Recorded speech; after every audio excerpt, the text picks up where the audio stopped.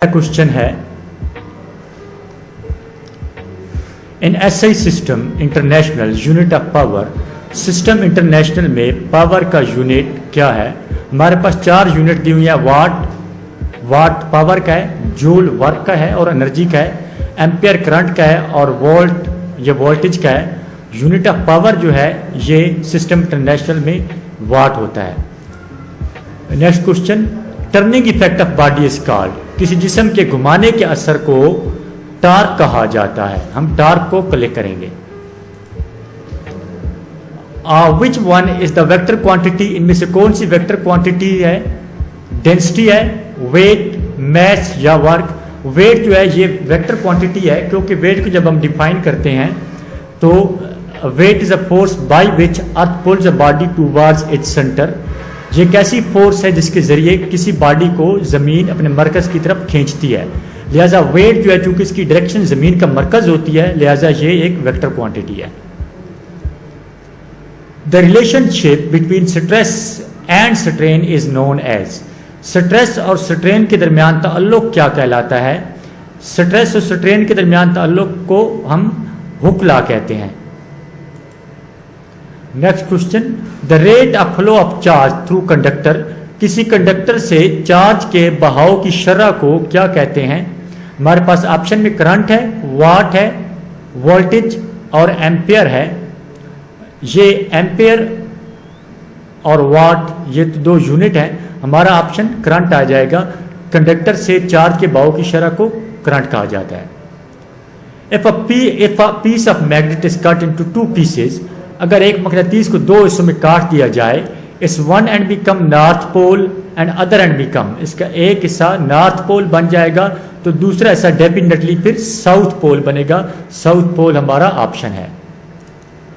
Longitudinal waves consist of, longitudinal waves किस चीज पर मुश्तमिल होती हैं? आइए देखते हैं। ये लॉन्गिट्यूडिनल वेव्स हैं, ये कंप्रेशन और रेरिफेक्शन पर मुश्तमिल होती हैं। ये आप देख सकते हैं, ये लॉन्गिट्यूडिनल वेव्स हैं, ये कंप्रेशन है और ये रेरिफेक्शन है। हमारे पास ऑप्शन में ये दोनों नहीं है, क्रेस्ट और ट्रफ ये नहीं है, ये तो ट्रांसवर्स वेव्स में होते हैं। लिहाजा हम नन को क्लिक कर देंगे कि कोई भी इनमें से ऑप्शन करेक्ट नहीं है। In reflection rays angle of incidence is dash to angle of reflection, रोशनी के निकास में जाविया वकू और जाविया मुनकेस या निकास आपस में क्या होते हैं? ये एंगल ऑफ इंसिडेंस है, जाविया वकू है, और ये एंगल ऑफ रिफ्लेक्शन है, जाविया निकास है। ये दोनों आपस में बराबर होते हैं, इक्वल होते हैं। हम इक्वल को क्लिक कर देंगे। Density of water is maximum, पानी की डेंसिटी कहाँ पर ज्यादा होती है? पानी की डेंसिटी सबसे कम 0 पर होती है। यही वजह है कि बर्फ पानी के ऊपर तैरने लगती है, और ज्यादा से ज्यादा 4 डिग्री पर होती है। 4 डिग्री सेंटीग्रेड पर पानी की डेंसिटी सबसे ज्यादा होती है। Which thing is used to calculate the correct value of length up to 0.01 centimetre, 0.01 centimetre तक सही पैमाइश करनी हो तो इसके लिए हम क्या चीज यूज करते हैं? वोल्ट मीटर वोल्टेज के लिए यूज होता है। गैल्वेनोमीटर 0.001 सेंटीमीटर तक 0.001 सेंटीमीटर तक पैमाइश करता है। इसके लिए हम वर्नियर कैलिपर को यूज करते हैं। Work done due to motion of body, किसी जिस्म की हरकत की वजह से किया गया काम काइनेटिक एनर्जी कहलाता है। Density of body depends upon, density किस चीज पर डिपेंड करती है? डेंसिटी डिपेंड्स अपॉन मैस, अगर मैस ज्यादा होगा तो डेंसिटी भी ज्यादा हो जाएगी। Is an example of resonance, गुमक की बेहतरीन मिसाल कौन सी है? तो वो स्विंग है, स्विंग झूले को बोलते हैं। चूंकि इसमें रिपीटिशन होती है इसलिए हम इसको यहाँ पर क्लिक कर सकते हैं। According to Newton second law dash and force is directly proportional, Newton के दूसरे कानून के मुताबिक फोर्स और खाली जगह एक दूसरे के डायरेक्टली प्रोपोर्शनल है। आइए देखते हैं। न्यूटन का सेकंड लॉ ये है कि जब फोर्स किसी बॉडी पर अप्लाई की जाती है तो उसमें एक्सेलरेशन पैदा होता है। वो एक्सेलरेशन उस फोर्स के डायरेक्टली प्रोपोर्शनल और जो बॉडी का जो मैस है उसके इन्वर्सली प्रोपोर्शनल होता है। ये देख सकते हैं acceleration is directly proportional to force और acceleration inversely proportional to mass है। जब हम इस पहली और दूसरी इक्वेशन को कंबाइन करेंगे तो F/m आ जाएगा और F इक्वल टू m में आ जाएगा जब हम यहाँ पर कांस्टेंट और इक्वल के साइन लगाएंगे। सो एक्सेलरेशन और फोर्स आपस में डायरेक्टली प्रोपोर्शनल है। यहाँ पर हमारा एक्सेलरेशन आ जाएगा।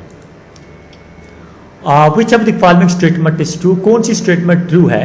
T is equal to VF plus VI/A, या AT is equal to VI minus VF, या AT is equal to -VI minus VF, या AT is equal to VF minus VI। ये ऑप्शन 4 को हम कंसिडर करते हैं। ये देखेंगे हमारे पास AT is equal to VF minus VI है। ये जो माइनस V है जब ये लेफ्ट हैंड साइड पर जाएगा तो प्लस हो जाएगा, VI प्लस AT बन जाएगा। ये इक्वेशन है हरकत की, मोशन की फर्स्ट इक्वेशन है। VF is equal to VI plus AT, लिहाजा हम ऑप्शन 4 को क्लिक कर देंगे। Mechanical advantage of machine, machine का mechanical advantage load over effort के इक्वल होता है। आउटपुट और इनपुट की निस्बत को एफिशिएंसी कहते हैं। हम लोड ओवर एफर्ट को क्लिक कर देंगे। इन capacitor, capacity depends upon central distance पर डिपेंड करती है। सेंट्रल डिस्टेंस जितना ज़्यादा होगा इतनी कैपेसिटर की कैपेसिटी ज़्यादा होगी। अपोजिट पोल ऑफ मैग्नेट, एक मकनातीस के मुखालिफ सिरे एक दूसरे को अट्रैक्ट करते हैं जबकि सेम पोल एक दूसरे को रिपेल करते हैं। क्योंकि यहाँ पर बात मुखालिफ अजला सिरों की हो रही है, इसलिए हम अट्रैक्ट को क्लिक करेंगे। Time period of simple pendulum is increased by, सादा पेंडुलम का टाइम पीरियड कैसे बढ़ाया जा सकता है? ये देखिए एक हमारे पास टाइम पीरियड एक पेंडुलम है। ये पेंडुलम है, इसकी अब लेंथ को ज़रा गौर से देखिएगा। ये अपना एक चक्कर कंप्लीट करेगा, इधर तक आएगा, फिर इधर आएगा, इस तरह रिपीटिशन होगी। और आप इस पेंडुलम को भी देखिए, इसकी ये लेंथ लंबी है।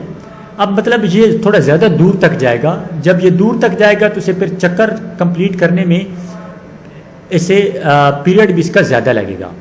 तो ये अगर डोरी जो है ये लेंथ जितनी लंबी होगी इतना ही उसका पीरियड, उसका चक्कर कंप्लीट करने में उसे टाइम ज़्यादा लगेगा। इससे टाइम कम लगेगा क्योंकि इसकी डोरी कम है, और इससे टाइम ज़्यादा लगेगा क्योंकि इसकी डोरी या इसकी लेंथ जो है वो ज़्यादा है। तो टाइम पीरियड जो है किसी पेंडुलम का वो डिपेंड्स अपॉन लेंथ होता है। Density of water is minimum, पानी की डेंसिटी सबसे कम 0 पर होती है। यही वजह है कि बर्फ़ पानी के ऊपर तैरने लगती है, क्योंकि उसकी डेंसिटी 0 होती है 0 पर, और उसका टेम्परेचर 0 डिग्री सेंटीग्रेड होता है। इसलिए पानी 0 डिग्री सेंटीग्रेड पर चूँकि जमा हुआ होता है उसकी डेंसिटी वहाँ पर सबसे कम होगी, और बर्फ़ पानी के ऊपर तैरने लगती है, लिहाजा पानी की डेंसिटी सबसे कम 0 डिग्री सेंटीग्रेड पर होती है।